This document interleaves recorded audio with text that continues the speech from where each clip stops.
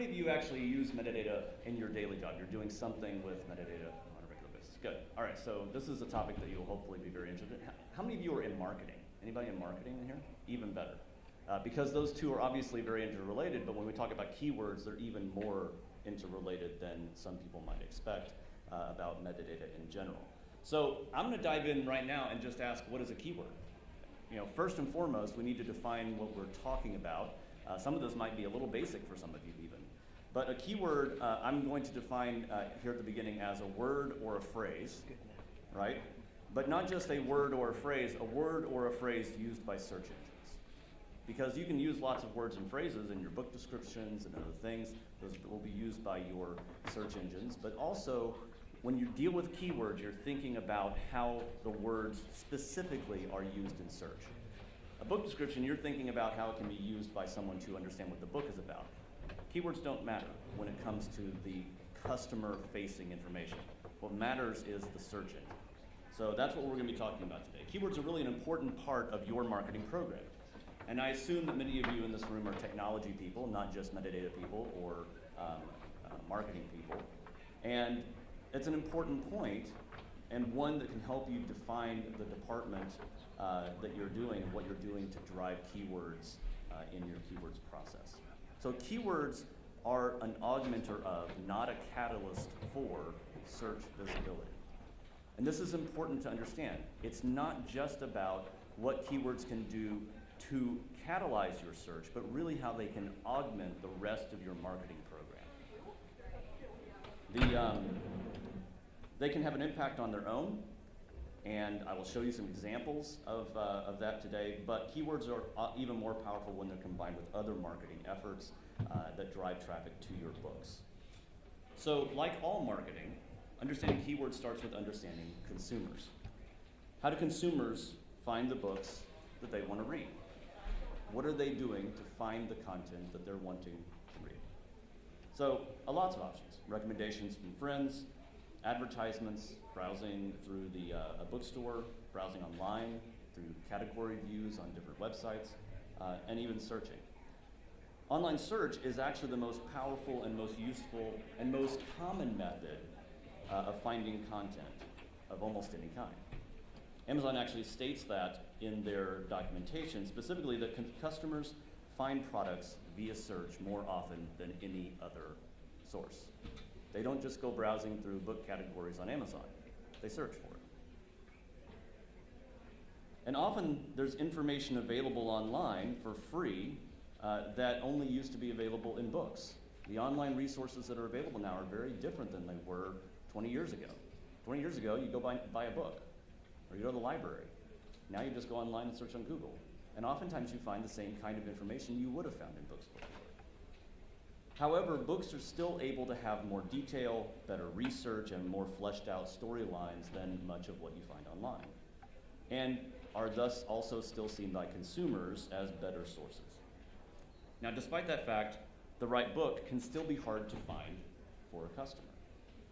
With millions of new books being published each year, and even more in the backlist, finding the right book, or your book specifically, as a publisher, is not necessarily easy for that consumer. A good search engine understands what you're looking for, and a good search engine will help you find that. Now, finding a book online is really different than finding a cup or finding a chair, right? How many of you have done this? I've recently bought new dining chairs. Finding chairs is not really that difficult. And actually, most places like Wayfair.com or even Amazon will actually give you a filtering mechanism that's pretty straightforward. You go to the site, you pick a color, you pick a style, maybe material, and within 2 or 3 little pieces there, you already know what you're finding, what you're going to look for, and what you're going to buy, because it's not really that difficult. But books are much deeper than that. People have much richer experiences with books than they have with chairs or with cups. And because they have richer experiences with books, their expectations and the requirements about what they want to search for and how they're going to search for books is also richer. And this means that your search mechanisms, the search mechanisms that you as a publisher engage with keywords and with your metadata, are going to be impacted by how you think about the book, but also, especially, how the consumer thinks about the book. So let's talk about how search works. Every search engine is different. And the business goal of different search engines is different. So when we talk about Google and Amazon, we have to compare the difference in their approach, both as businesses and also as search engines, because their approach about their business will affect how they build their search engine. Google's search engine is geared toward a different intent than the book search on Amazon. It's also more sophisticated and uses more variables to return results. Google's search engine processes long-form content. Their whole goal is to go out to the internet, read lots of stuff through robots, pull that content back in as indexed search terms, and give you information that you want to find. And that's the key. Google cares about showing people relevant information. That's the goal of Google's search engine, is to help you as a searcher find relevant information. It's possible and even easy to create keywords to assist in your book's website on Google's search index. As a matter of fact, the way to impact search on Google is not about keywords, it's actually more about long-form content. If you put your book excerpt on your website, that's a better capable place for information for Google's search engine to get. The keywords are not nearly as important to Google as they would be on Amazon search. So Google search is also likely to not care about keywords nearly as much as it does about long-form text. But Amazon doesn't process long-form text in its search engine. It's engaging your book description, but not really that much. It's looking at your title, but that's about it. There's not a lot of information that it's pulling from except those basic metadata fields, and it's not processing the search information that you might think in your book description the way Google would, right? So Amazon really cares, Google cares about showing people relevant information. Amazon, on the other hand, cares about selling people products. It's the whole point of the website and the whole point, therefore, of the search. Google search is actually much smarter than Amazon search.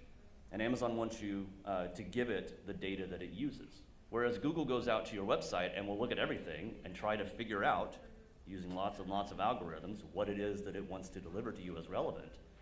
Amazon says, hey, publisher, give me metadata, and I will use that. Title, description, and keywords.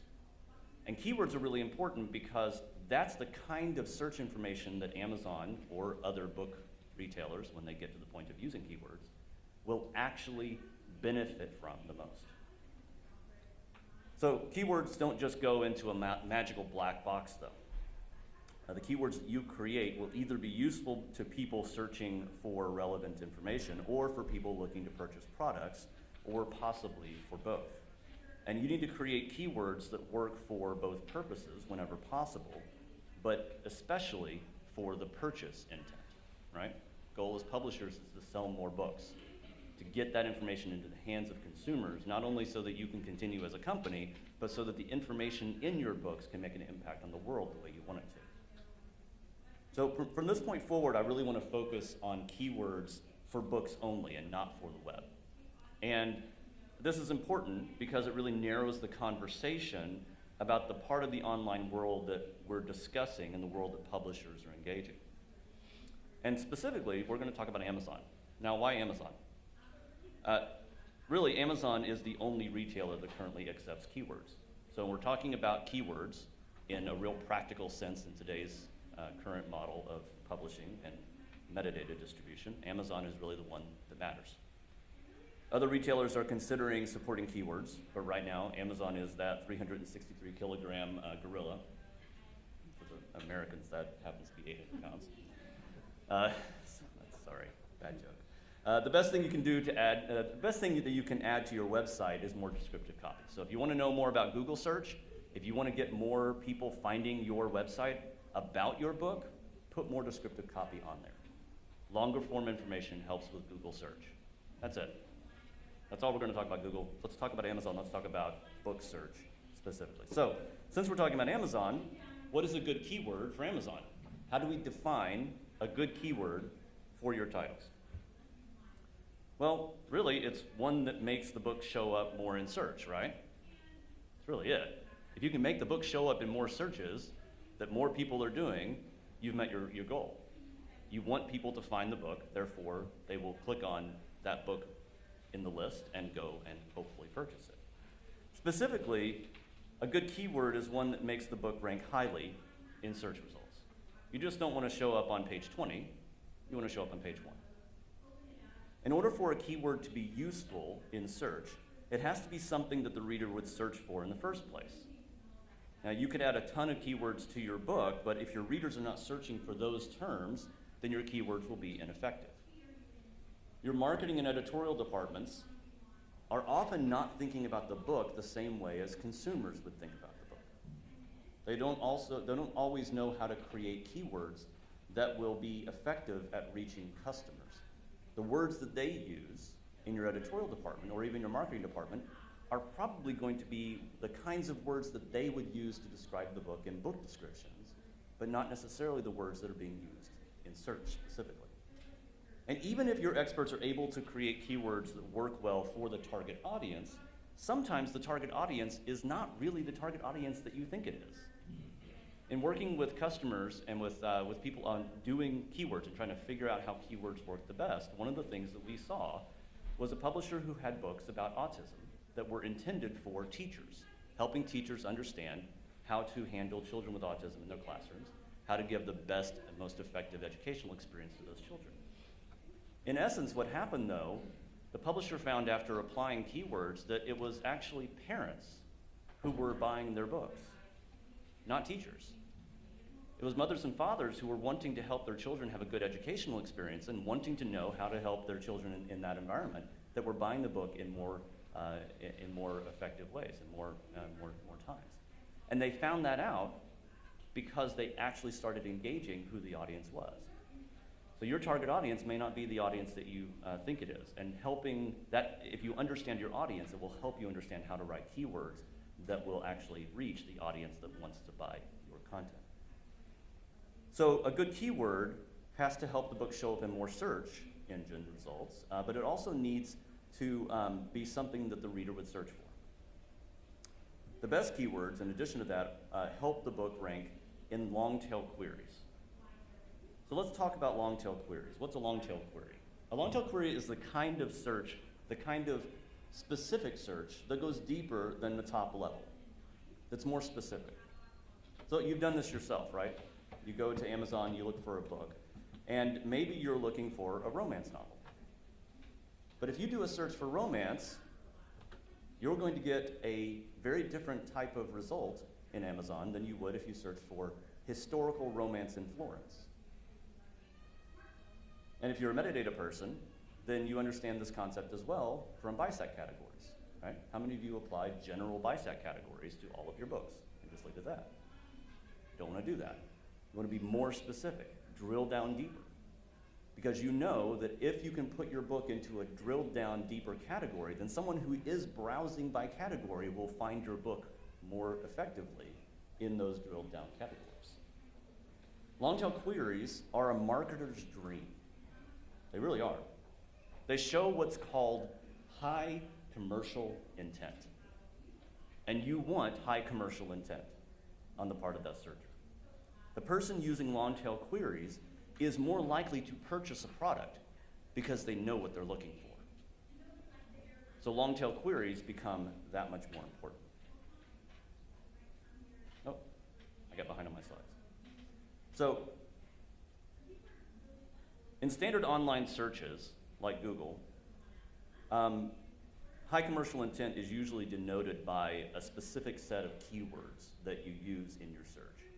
So if you go to Google and you search for something that says buy or get or discounts or deals, Google knows that you're probably looking to buy something.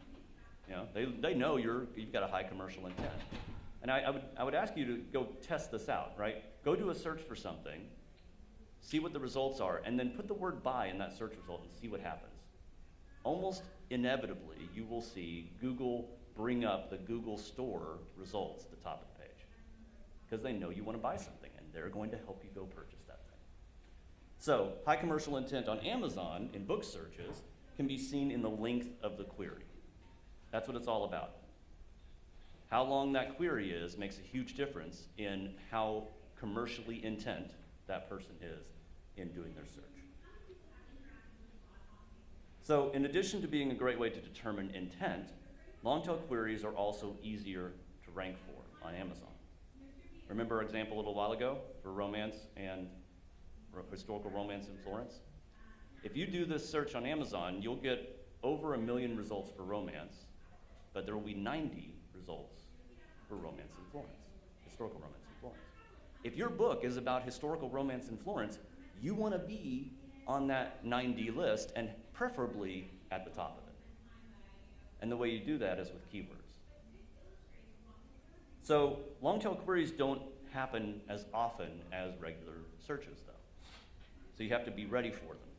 You have to be ready with your metadata to actually be on more of those long-tail queries. It's much less common for someone to search for historical romance in Florence than for them to browse the romance categories, especially if they don't know necessarily what they want to buy yet.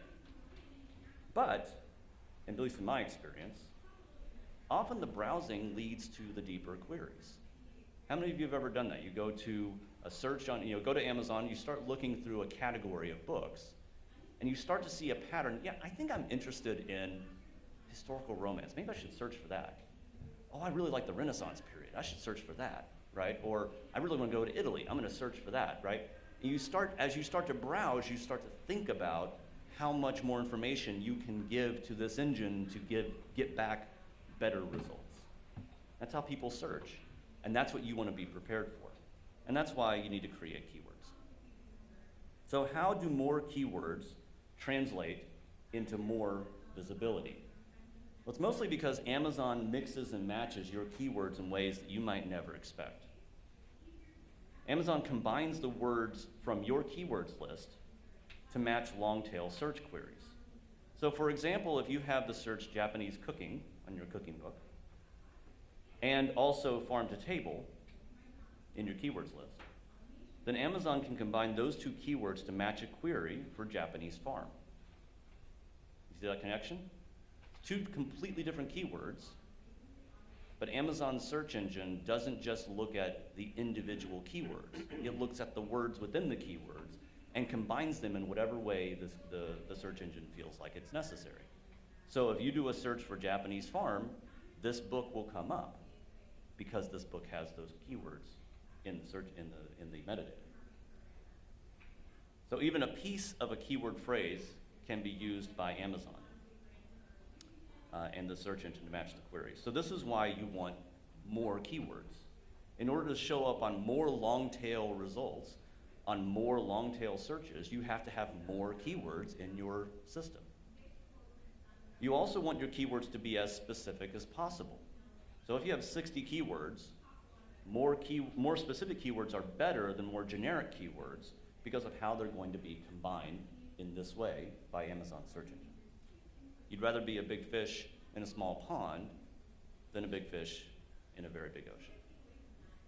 So this is what adding lots of keywords to your books can do for you. So keywords really do impact visibility on Amazon. They make an impact on how people find your book. And it's not just about long-tail queries, it's really about almost any query that someone does on Amazon. And the way this happens is through what we at Firebrand call the virtuous cycle. The virtuous cycle is this process that happens on Amazon when you start to apply keywords to your book. So first and foremost, you assign a keyword, and that keyword allows the book to rank on Amazon for whatever it is, right? If you're doing a search for Japanese cooking, then your book is going to now show up in searches for Japanese cooking. After you apply the keyword, the page views on your book will increase as more people see the book. Right? If you're showing up in the list, and you're showing up higher in that list, somebody's going to click on it. Amazon looks at every single click. If somebody clicks on your book, that's a page view, it counts toward your ranking. And it will affect your search ranking the next time somebody else searches for that book or for that topic. As page views increase, hopefully your sales will increase, right? We're hoping that people find your book and actually buy the book because that's the book that they were looking for. As your sales increase, Amazon starts to take that into account in their recommendations. If you see books that are on the people who bought this book also bought XYZ, that's what's happening. Amazon is using this data to drive more content, more people toward your content. And that's what's important, is for Amazon's search engines and for Amazon's recommendations and engines to get on your side. If you can get Amazon's recommendation engine on your side, your book will start to increase more. And so as the recommendations go up, then the keywords, the other keywords on the book also start to get higher ranking. And this is a circular thing. And we've seen it happen time and time and time again. You apply keywords to a title, all of a sudden, page views go up because the title's showing up in many more search queries. As the page views go up, the sales go up, the recommendations start to kick in, and then more of those keywords start to kick in as well. So not every keyword will work, but every keyword is an opportunity. You're not necessarily going to have an impact from every single keyword you put in your keywords field. But every single keyword you put in there will be an opportunity for more sales and for more visibility. And remember, the more keywords you add, the more the derived keywords, those combinations of keywords, can actually be done by Amazon and can rank as well. So you're not just adding the keywords that you're adding all the derived keywords that come from those as well into Amazon's search system. So why should you as a publisher care about keywords right now? Why should you use them? Hopefully, what you've seen so far makes sense. But it's more than that. It's more than just, we'll do keywords sometime. We'll do keywords next year. The thing is that not many publishers are doing keywords right now. So a study that was done a year and a half ago showed that only 15% of publishers had keywords in the metadata. And of those, the majority were actually not really good keywords. They were restatements of the title of the book and the author's name. They were very basic. They didn't have the long-tail query in mind.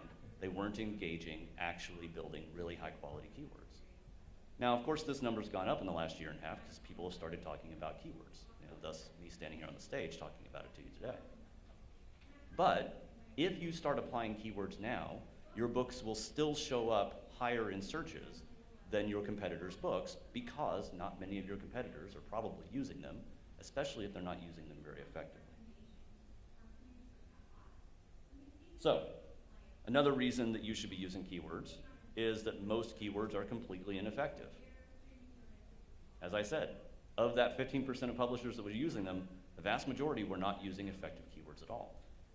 But if you look at the data, according to a study by NPD, or Nielsen, back when they were Nielsen in 2016, they found that titles that had keywords in the metadata, it didn't even matter really how good the keywords were, honestly, just had keywords in the keywords field, had a 34% higher sales rate than those that didn't. 34% higher sales just because they had keywords applied. Now granted, that doesn't necessarily mean that keywords were the only factor in that. Could be that if somebody put keywords in, they actually wrote a better book description too. They were thinking about the metadata. But the impact of keywords is actually there and can be seen. So how many of you who are providing keywords, how many of you are providing keywords? Anybody putting keywords in your system? Good. Okay, so how many of you who are providing keywords are actually writing out, thinking about it a lot and putting a lot of effort into your keywords? A couple of people, right? It's a big difference when you start to think about the time and energy that goes into it, but that's part of my goal today, is to help you understand what that takes. So doing a good job on keywords, though, is going to set you apart. It's going to set your books apart from the competition and from the rest of the crowd, so I do recommend that you do that. Now, how many keywords should you have? We talked about the long tail keywords, about the queries that you want to match for. So there's a pretty common bit of information going around. You've heard people talk about it before, that Amazon only takes about 500 to 600 characters from your keywords list. Now, there's not a technical limit on the number of keywords that you can send, but if Amazon only takes the first 500 or 600, then there's no reason to send more, right? But it's not completely accurate. Amazon assesses in excess of 1,000 characters based on all of the studies that we've done.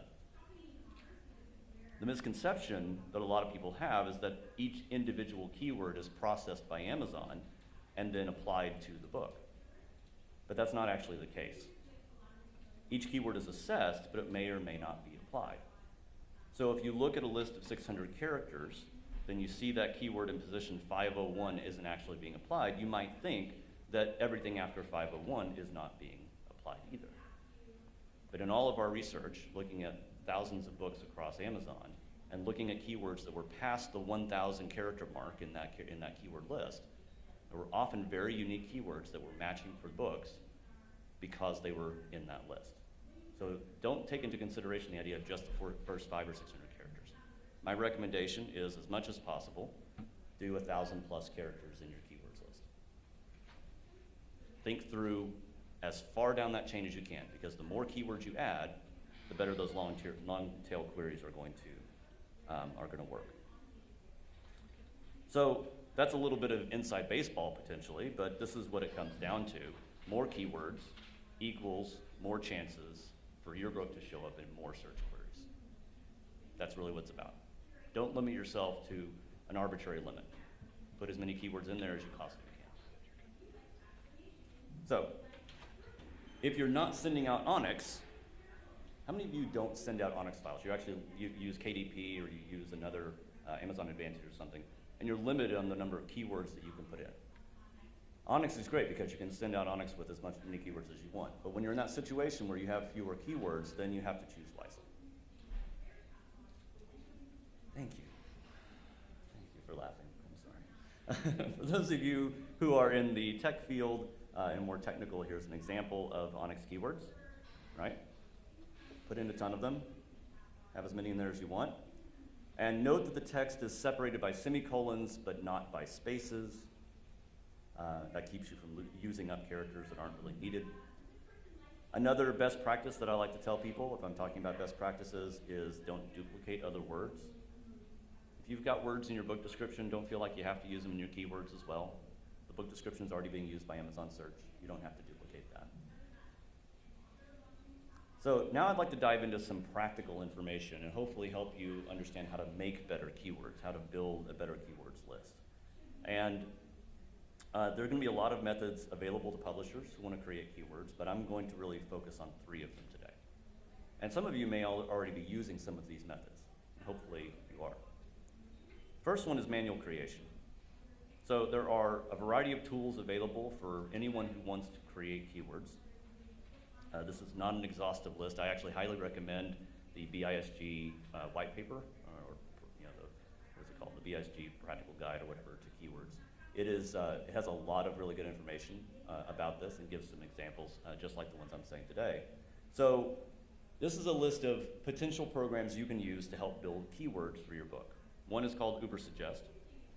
Ubersuggest uses Google's suggestion engine to generate many keyword ideas by taking the base term that you enter, plus the top 10 results from user queries when each letter of the alphabet and each digit are added to that.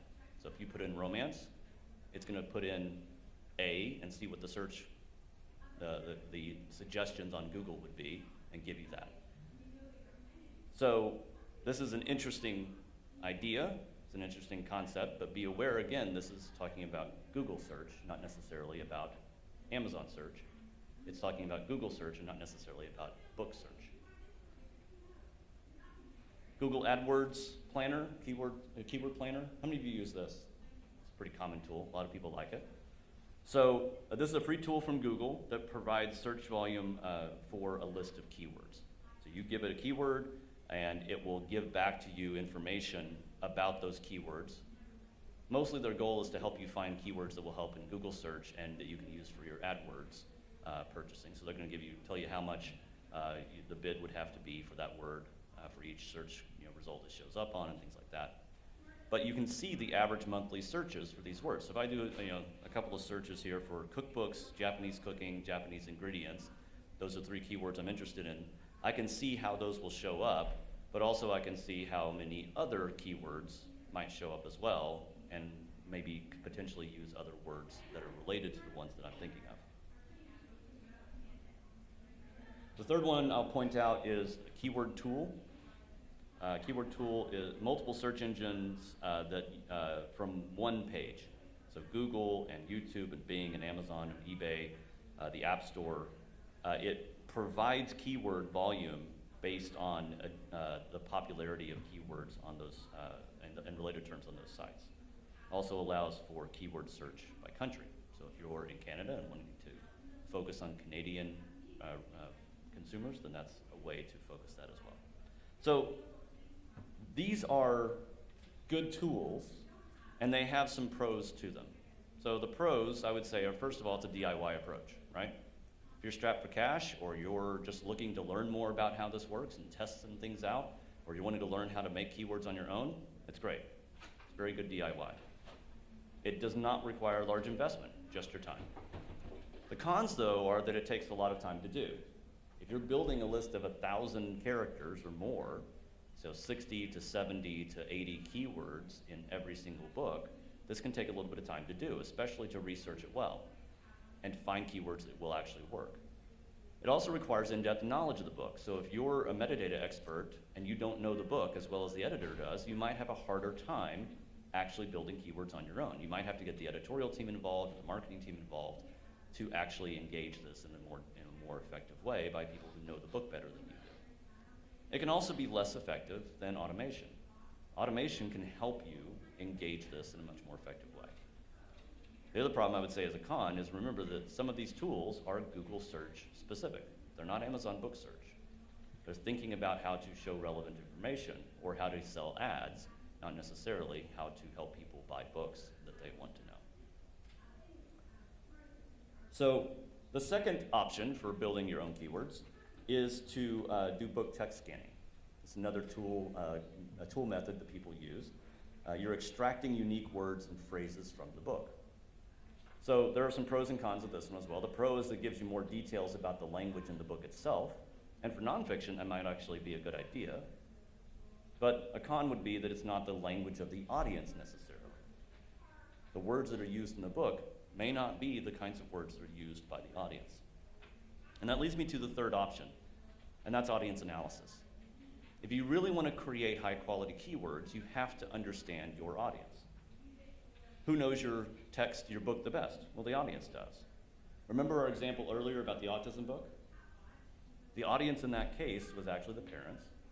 It wasn't the teachers. But knowing that it was the parents, knowing who the audience was integral to being able to effectively market to those people. The key to creating the most effective keywords is figuring out what audience language or consumer signals your book has. How your audience thinks about your book is how they're going to search for it. That's going to be the impact that you make.